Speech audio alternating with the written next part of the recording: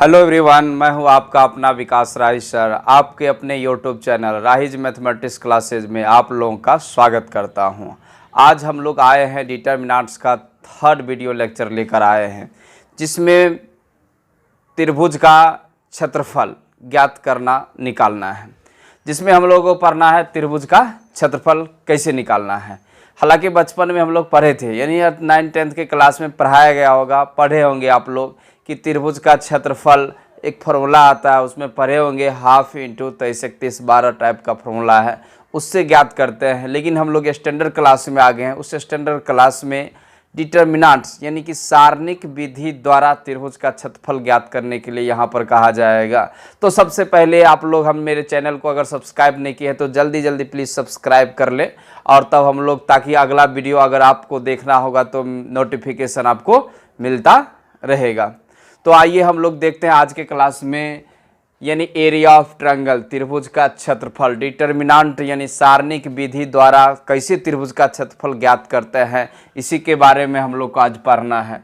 तो आइए सबसे पहले त्रिभुज का क्षेत्रफल ज्ञात करने के लिए त्रिभुज के शीर्ष मालूम होना चाहिए, यानी वर्टिसेस जिसको कहते हैं शीर्ष, यानी त्रिभुज के 3 शीर्ष। मुख्य रूप से त्रिभुज में कितने शीर्ष होते हैं? 3 शीर्ष होते हैं। अगर 3 शीर्ष दिया हुआ रहता है तो सारणिक विधि द्वारा हम लोग काफ़ी आसानी से उसका क्षेत्रफल ज्ञात कर लेंगे। तो आइए हम लोग देखते हैं। सबसे पहला point first, area of triangle, त्रिभुज का क्षेत्रफल, यानी यदि किसी त्रिभुज का शीर्ष क्रमशः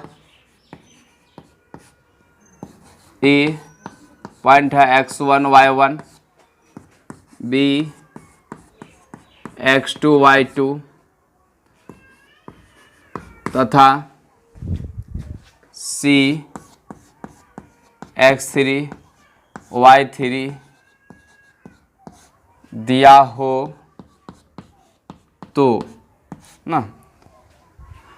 आइए देखते हैं इसका फिगर। सबसे पहले ये एक ट्रायंगल है जिसको हम लोग त्रिभुज कहते हैं।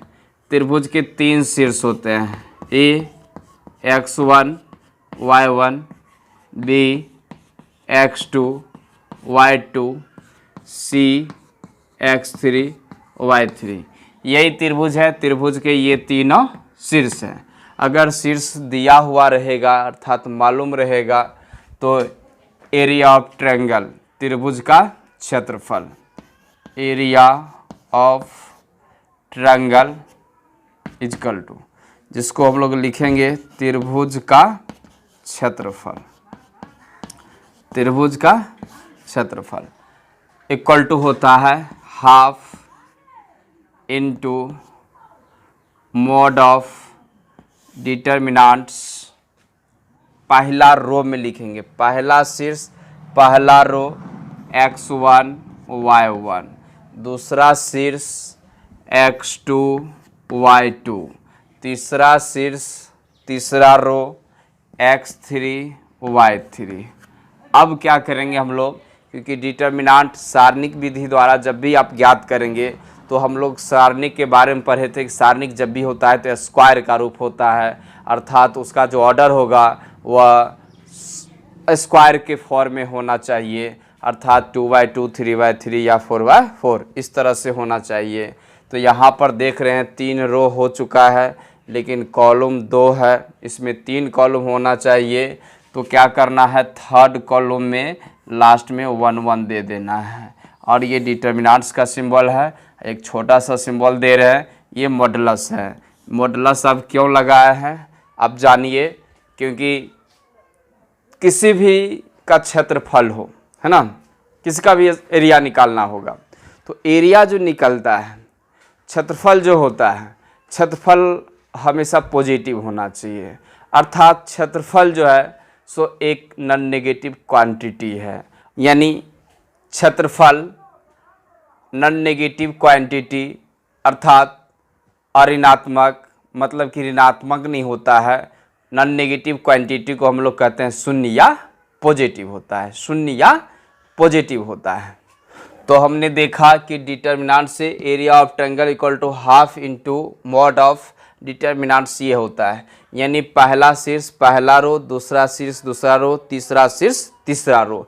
इसके बाद लास्ट में क्या करना है, 1 1 देना है, क्योंकि डिटर्मिनांट्स स्क्वायर का फॉर्म होता है। तो यहाँ पर 3 रो हो गया और अब 3 कॉलम हो गया, यानी तीसरा कॉलम में हमेशा हम लोग 1 1 डालेंगे। आप क्या करिएगा, इसी डिटर्मिनांट को अगर एक्सपेंड करते हैं, इसी डिटर्मिनांट को एक्सपेंड करते हैं, एक फार्मूला और प्राप्त होता है जो हम लोग 10th क्लास में पढ़े होंगे। तो उसमें आता है एरिया ऑफ ट्रायंगल, यानी त्रिभुज का क्षेत्रफल हाफ इंटू मॉड ऑफ, है ना, मॉड ऑफ 23 31 12, यानी इसी फर्स्ट कॉलम को एक्सपेंड करेंगे, फर्स्ट कॉलम का, तो आएगा formula x1 into y2 minus y3, फिर plus x2 into y3 minus y1, फिर प्लस x3 इंटू y 31 12 होता है, तो y1 माइनस y2, और ये भी मॉड में। तो आइए, हमने देख लिया फॉर्मूला दो तरीका से, एक डिटर्मिनांट है, इसी डिटर्मिनांट को अगर पहला कॉलम के अनुदिश एक्सपेंड करते हैं तो हम लोग का ये फॉर्मूला प्राप्त होता है। तो वहाँ पे सारणिक विधि द्वारा सो हल करने के लिए कहेगा, तो हम लोग इस फॉर्मूला पर सेट करके डिटर्मिनांट को एक्सपेंड करेंगे तो एरिया मिलेगा। अब यहाँ पर एरिया जो है सो यहाँ पर 2 नोट्स आएगा, नोट को हम लोग समझेंगे। एक्चुअली एरिया हमेशा नॉन नेगेटिव क्वांटिटी होता है। नॉन नेगेटिव क्वांटिटी बोले तो उसका मतलब होता है 0 होता है या पॉजिटिव होता है।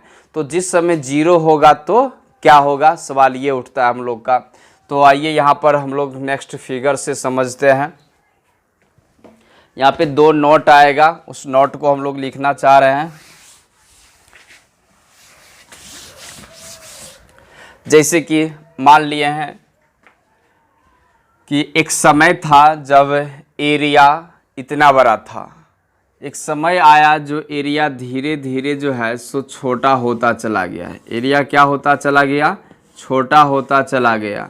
जब छोटा होता चला गया तो एरिया क्या हो गया, मतलब 0 हो गया। इन छोटा होते होते आया तो मतलब 0 हो गया। तो इसमें क्या देखा हमने कि जिस समय त्रिभुज का क्षेत्रफल 0 हुआ है तो त्रिभुज का जो तीनों बिंदुएं हैं, तीनों बिंदुएं एक ही रेखा पर आता है, और तीनों बिंदुएं जब एक ही रेखा पर होता है तो वह संरेख होता है। तो तीनों बिंदु क्या हो जाएगा, संरेख होता है। यहाँ पर हम लोग 2 नोट लिखेंगे, नोटेबल पॉइंट है, पॉइंट नंबर 2 इसी में लिखेंगे, नोटेबल पॉइंट, नोटेबल पॉइंट ना। पॉइंट फर्स्ट है सिंस, यानी क्षेत्रफल, क्षेत्रफल non negative, non negative, non negative quantity, non negative quantity होता है। क्षेत्रफल नॉन नेगेटिव क्वांटिटी होता है, अर्थात 0 या पॉजिटिव होता है। तो पहला बात याद रखें कि क्षेत्रफल, किसी भी चीज़ का क्षेत्रफल होगा तो वह नॉन नेगेटिव बोले 0 या पॉजिटिव। तो हमने बताया कि जब त्रिभुज का क्षेत्रफल 0 होगा, क्योंकि छोटा होते होते आया तो क्या हुआ है, यह बिंदु जो है सो एक ही रेखा पर आ गया। जब एक ही रेखा पर आता है तो उसे संरेख कहा जाता है। तो नोट नंबर 2 जो होगा, 2 नोट में लिखेंगे कि त्रिभुज का क्षेत्रफल 0 होता है तो तीनों बिंदुएं एक ही रेखा पर होता है, अर्थात सभी बिंदुएं एक ही रेखा पर होता है तो उस बिंदुओं को संरेख कहा जाता है। तो आइए नोट नंबर 2 हम लोग लिखेंगे कि त्रिभुज का क्षेत्रफल, त्रिभुज का क्षेत्रफल जब 0 होता है तो सभी सभी बिंदुएं एक ही रेखा पर होता है, एक ही रेखा पर होता है। अतः तीनों बिंदु को संरेख कहा जाता है। तो कहने का मतलब जिस समय त्रिभुज का क्षेत्रफल 0 होगा, इसका मतलब समझ जाएंगे कि क्षेत्रफल का निर्माण नहीं हुआ है, तो तीनों बिंदु एक ही रेखा पर होगा, और एक ही रेखा पर होता है तो उस तीनों बिंदुओं को हम लोग संरेख कहते हैं। तो आइए कंडीशन फॉर कोलिनियरिटी, नेक्स्ट हम लोग पॉइंट समझेंगे। Next topic condition for collinearity, संरेख होने का शर्त क्या है। कंडीशन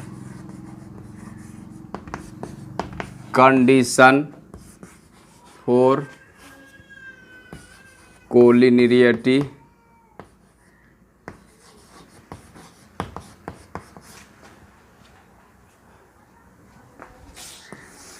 संरेख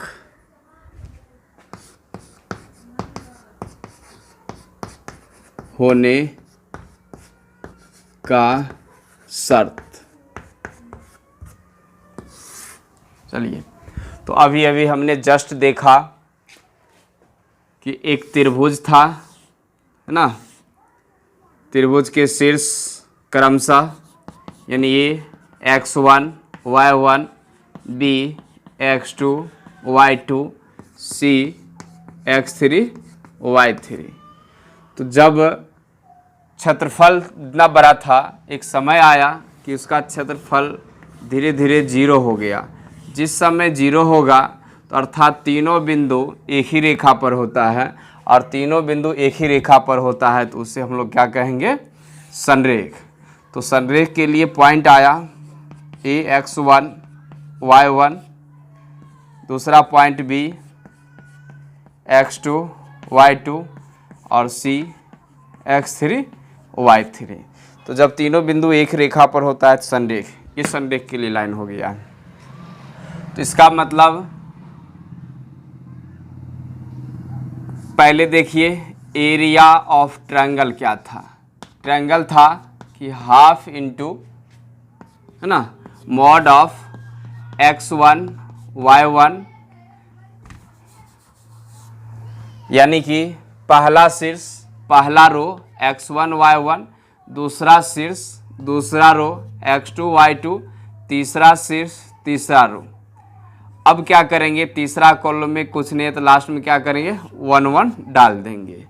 तो ये एरिया हुआ। लेकिन हमने बताया कि जब एरिया 0 होगा, एरिया क्या होगा, तो इतना बराबर हो जाएगा 0। त्रिभुज का जब क्षेत्रफल 0 होता है तो ये हाफ गुना में उधर जाने के बाद क्या होगा, भाग में। तो यानी भाग में जाएगा तो 0/2 यानी कि 0 होता है। तो अर्थात 1 ये x1 y1 x2 y2 x3 y3, last में 1 1 1 बराबर क्या, ये 0/2 यानी कि 0। तो याद रखें कि तीन बिंदु संरेख तब होंगे, यानी तीन बिंदुएं संरेख तब होंगे जब डिटर्मिनेंट्स का मान क्या होगा, 0 होगा। तो यहाँ पर अब हम लोग लिख सकते हैं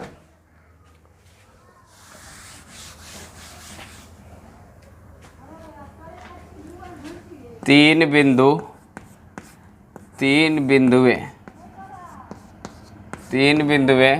a x1 y1 b x2 y2 तथा c x3 y3 संरेख होंगे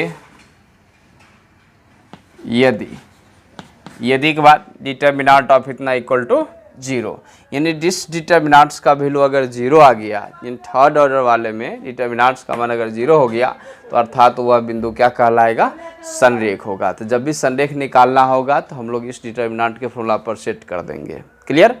तो आइए कंसेप्ट हो गया, इस पर हम बहुत सारा एग्जाम्पल दिखाते हैं। एग्जाम्पल देखेंगे तो क्वेश्चन का प्रॉब्लम जो है काफ़ी आसानी से समझ आएगा। चलिए आइए क्वेश्चन देखते हैं एग्जाम्पल में। जैसा कि क्वेश्चन है कि सारणिक विधि, डिटर्मिनांट्स पर ने डिटर्मिनांट के मेथड से ज्ञात करना होगा। तो क्वेश्चन कहेगा सारणिक विधि द्वारा त्रिभुज का क्षेत्रफल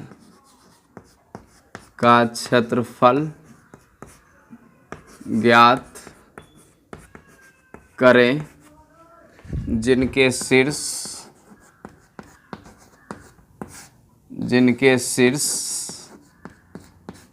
क्रमशः 2 1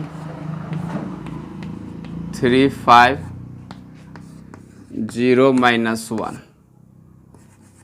है। चलिए, तो त्रिभुज का शीर्ष 3 शीर्ष दिया हुआ है, तो सारणिक विधि द्वारा त्रिभुज का क्षेत्रफल ज्ञात करना है। तो आइए सॉल्यूशन देखते हैं। सबसे पहले क्या करना है, त्रिभुज का क्षेत्रफल फॉर्मूला लिखेंगे। चूंकि त्रिभुज का क्षेत्रफल बराबर फॉर्मूला होता है हाफ इंटू मॉड। ये मॉडुलस का सिंबल है, ध्यान रखिए। मॉड क्यों लगाया, क्योंकि हम लोग जानते हैं modulus is a non negative quantity, उसका वैल्यू कभी भी ऋणात्मक नहीं होता है, अर्थात जीरो या पॉजिटिव होता है। क्यों इसलिए लगाया गया, क्योंकि क्षेत्रफल जो है सो कभी भी ऋणात्मक नहीं होता है, वह जब भी होगा जीरो या धनात्मक होगा। इसलिए हमने उसको मॉड लगाया, क्योंकि ताकि क्षेत्रफल जो है सो हमेशा पॉजिटिव रहे। तो आइए, त्रिभुज का क्षेत्रफल होता है हाफ इंटू मॉड ऑफ, पहला शीर्ष है तो पहला रो लिखेंगे, दूसरा शीर्ष है तो दूसरा रो लिखेंगे, तीसरा शीर्ष है तो तीसरा रो लिखेंगे। इसके बाद थर्ड कॉलम में लास्ट में 1 1 दे देना है। तो ये हम लोग का त्रिभुज का क्षेत्रफल के फॉर्मूला हो गया है। इन फॉर्मूला पर सेट कर दिए हैं और मॉड के अंदर बंद करना है। अब हो गया एक्सपेंड करना है। तो ये डिटर्मिनांट है, थर्ड ऑर्डर वाला है, तो इसमें 3 रो से भी कर सकते हैं या 3 कॉलम, यानी 3 तरीका रो से है और 3 तरीका कॉलम से है। तो इसमें कोई भी एक रो या कोई भी एक कॉलम के अलॉन्ग एक्सपेंड करते हैं तो डिटर्मिनांट का मान सेम ही रहेगा। तो आइए हम लोग एक्सपेंड करते हैं। जैसे कि फर्स्ट रो से जिधर से एक्सपेंड करना उसके लोकल साइन के साथ लिखा जाता है। तो लोकल साइन में समझाए थे कि हमेशा जो है पहला रो पहला कॉलम का जो एलिमेंट होगा उसका लोकल साइन प्लस होता है और उसके बाद चिन्ह अल्टरनेट में होता है। तो ये प्लस माइनस और फिर प्लस। तो पहला रो के अलॉन्ग एक्सपेंड करते हैं। यहाँ पे लिखना होगा एक्सपेंडिंग, है ना, एक्सपेंडिंग अलॉन्ग, है ना, R1 फर्स्ट रो के अनुदिश एक्सपेंड करने पर, यानी कि प्रसरण करने पर। तो यहाँ पर आएगा +2 के साथ लिखेंगे। इसके बाद यह 2 जिस भी रो में होगा और जिस कॉलम में होगा उसको हटाएंगे तो शेष यही 4 एलिमेंट आएगा, जो 5 है, 1 है, -1 1 है। इसके बाद यहाँ पर -1 दिया गया है। उससे पहले यहाँ पर हाफ इंटू मॉडुलस का सिंबल है, ये मॉड लिखा हुआ है। फिर 2 × 5 1 -1 + 1। इसके बाद 1 1 का लोकल साइन -1 है तो माइनस दे देंगे।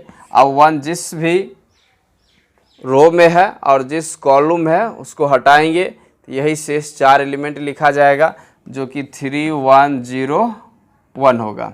इसके बाद इस 1 का लोकल साइन प्लस है तो प्लस के साथ लिखेंगे।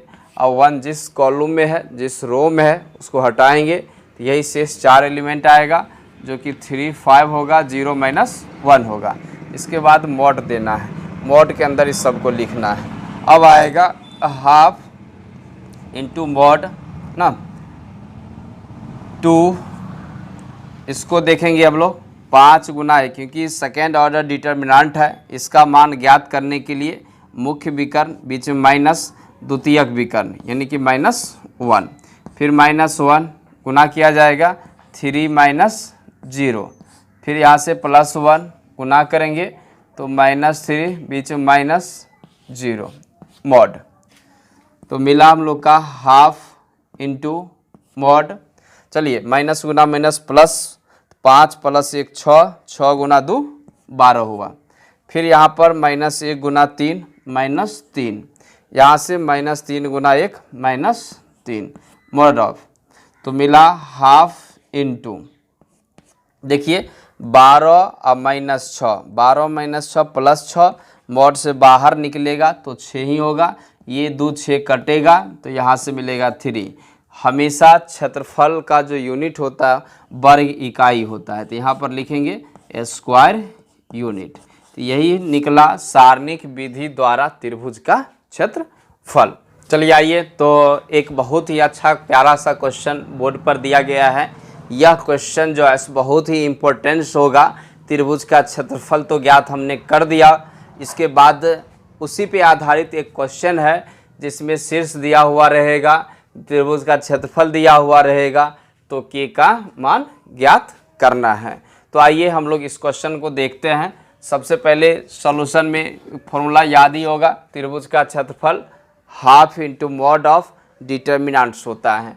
तो आइए लिखेंगे हम लोग त्रिभुज का क्षेत्रफल, त्रिभुज का क्षेत्रफल है ना। फॉर्मूला होता है हाफ इंटू मॉड का सिंबल दे या मॉड ऑफ लिख सकते हैं, कोई दिक्कत नहीं है। यहाँ पर ये डिटर्मिनेंट्स है, ये मॉड है, इसके बाद डिटर्मिनेंट्स है। डिटर्मिनेंट्स का सिंबल है, पहला शीर्ष दिया हुआ है मतलब पहला रो लिखना है, दूसरा शीर्ष दिया हुआ है दूसरा रो, तीसरा शीर्ष दिया हुआ है तीसरा रो लिखना है। लास्ट में थर्ड कॉलम में लास्ट में 1 1 डालते हैं। इसके बाद त्रिभुज का क्षेत्रफल दिया हुआ है क्वेश्चन से, तो त्रिभुज के क्षेत्रफल को भी यहाँ पर लिख दिया जाए। इसके बाद है half into mod of, half into mod of. अब यहाँ से देखिए हम लोग पहला कॉलम पहला रो से एक्सपेंड कर रहे हैं। किधर से एक्सपेंड कर रहे हैं? पहला रो से एक्सपेंड कर रहे हैं। तो जिधर से एक्सपेंड करना है उसके लोकल साइन के साथ लिखना है। तो लोकल साइन समझाए थे, यहाँ से प्लस से शुरू करना है, उसके राइट लेफ्ट बाएं दाएं कहीं भी चलेंगे, चिन्ह अल्टरनेट में चलेगा। तो आइए यहाँ पर के है, के का लोकल साइन प्लस के है, यहाँ पर प्लस के देंगे। अब के जिस रो में है और जिस कॉलम में है उसको हटाएंगे, तो यही शेष 4 एलिमेंट होता है जो कि 0 1 है 2 1 है।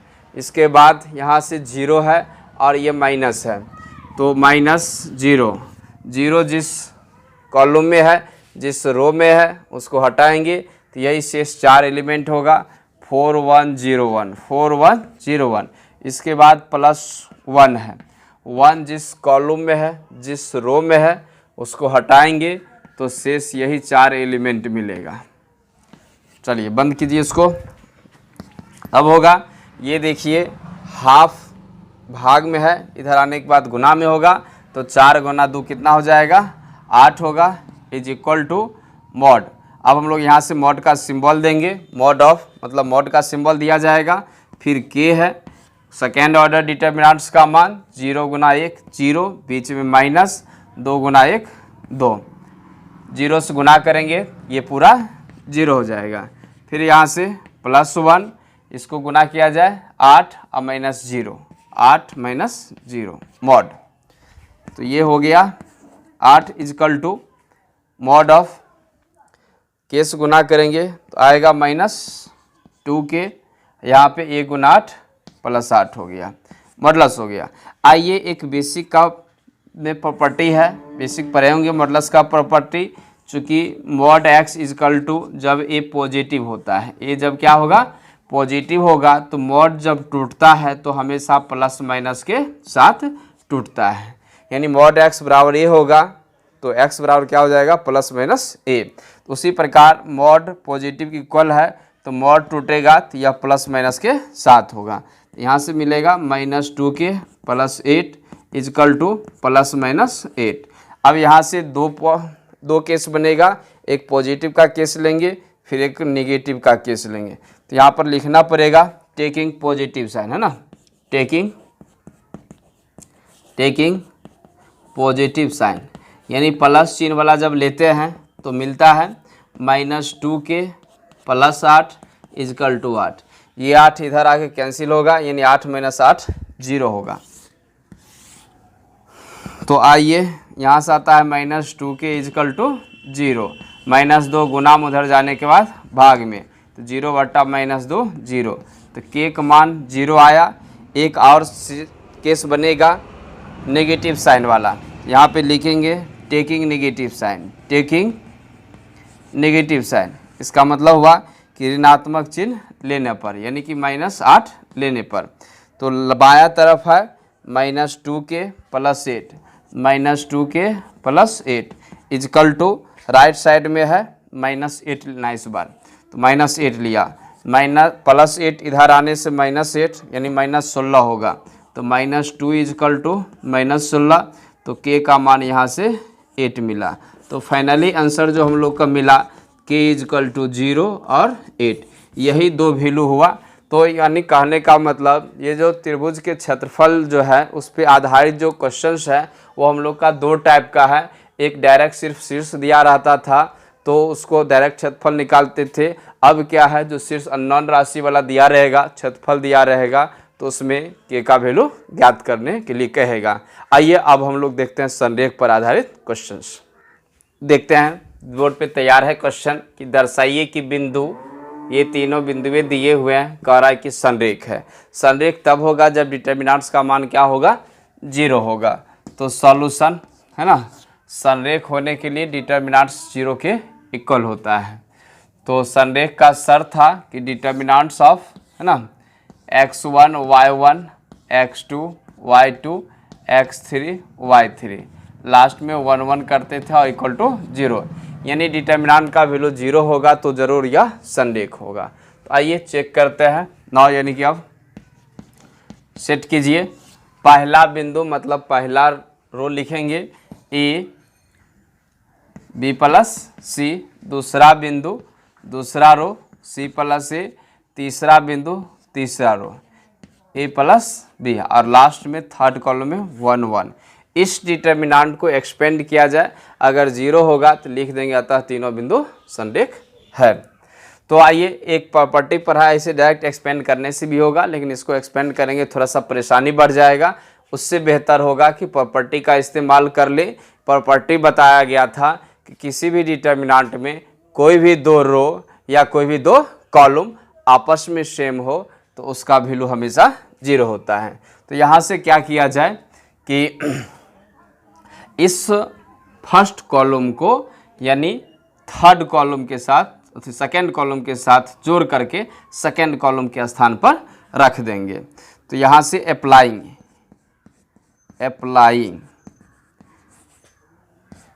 कर रहे हैं, C2 के स्थान पे C2 + C1, यानी ये कॉलम सेकेंड है, फर्स्ट कॉलम को जोड़ करके सेकेंड कॉलम के स्थान पर लिखना है। तो मिलेगा हम लोग का ABC, पहला कॉलम में कुछ नहीं किए हैं, यही दूसरा कॉलम है, तो पहला कॉलम के साथ जोड़ करके यहाँ पर लिखना है। तो मिलेगा A + B + C, इसमें भी जोड़ेंगे तो आएगा A + B + C, यहाँ से भी A + B + C, लास्ट में 1 1 1। तो अब इसमें क्या देख रहे हैं कि दूसरा कॉलम में से ये A + B + C कॉमन आ जाएगा, तो आएगा A + B + C कॉमन मिलेगा।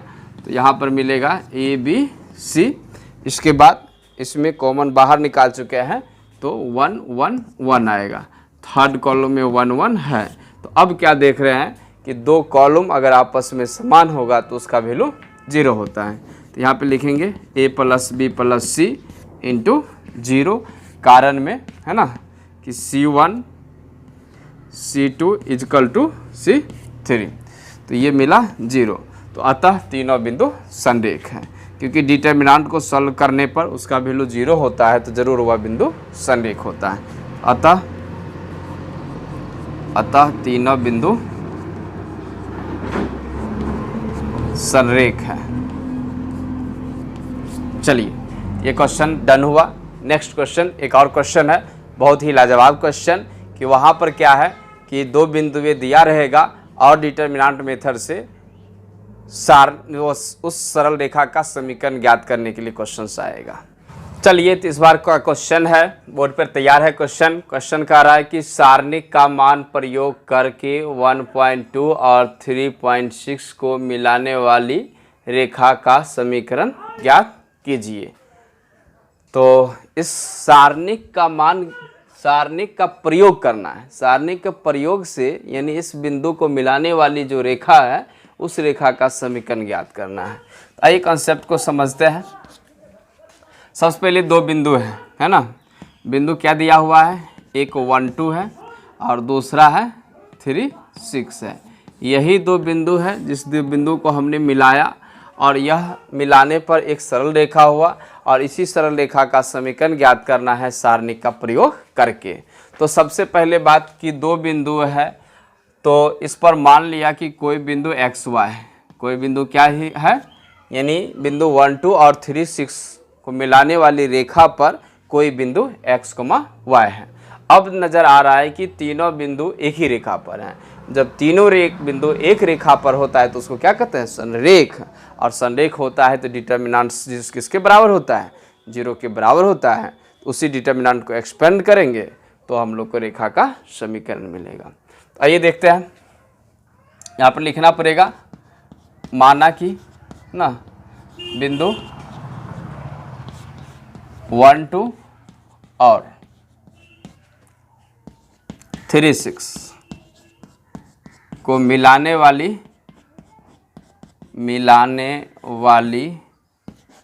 रेखा पर कोई बिंदु x, y है। अब तीनों बिंदु एक ही पे रेखा पर है तो इसलिए क्या होगा, वह संरेख होगा। अगर संरेख होगा तो डिटर्मिनेंट्स किसके बराबर होता है, 0 के बराबर होता है। तो आइए x, y, हालांकि ऊपर नीचे कोई बात नहीं, इसको भी लिख सकते हैं पहले, इसको भी, तीनों में से किसी को लिख सकते हैं पहला रो में, कोई परेशानी नहीं है। चलिए, तो x y हो गया। इसके बाद बिंदु है 1 2 और दूसरा बिंदु है 3 6। लास्ट में क्या करना है, 1 1 दे देंगे। और यही अब संरेख है तो डिटर्मिनेंट 0 की इक्वल होगा, ये कंसेप्ट कहता है। अब इसी डिटर्मिनेंट को एक्सपेंड करेंगे तो रेखा का समीकरण प्राप्त होगा। तो आइए हम लोग फर्स्ट रो के एलोंग एक्सपेंड करते हैं। यहाँ पे लिखते हैं expanding along R1। First row के अनुदिश अगर एक्सपेंड करेंगे तो इसके लोकल साइन के साथ लिखना है, तो प्लस माइनस प्लस। पहला रो से एक्सपेंड कर रहे हैं तो x प्लस के साथ होगा, फिर x जो है पहला कॉलम पहला रो ये हटेगा, ये कॉलम और ये रो हट जाता है, तो यही से 4 एलिमेंट होता है जो कि 2 1 6 1 होता है। इसके बाद y का लोकल साइन माइनस है, तो y जिस कॉलम में है, जिस रो में है उसको हटाएंगे, तो यही से 4 एलिमेंट होगा 1 1 3 1। इसके बाद आता है प्लस 1 जिस कॉलम में होगा, जिस रो में होगा उसको हटाएंगे, तो यही से 4 एलिमेंट होते हैं इक्वल टू 0। अब ये सेकेंड ऑर्डर डिटर्मिनेंट्स है। आइए x into second order determinant का मान ज्ञात करने के लिए मुख्य विकर्ण अब माइनस द्वितीयक विकर्ण, तो 2 गुना 1 2, अब माइनस 6 गुना 1 6, तो 2 माइनस 6, फिर माइनस y।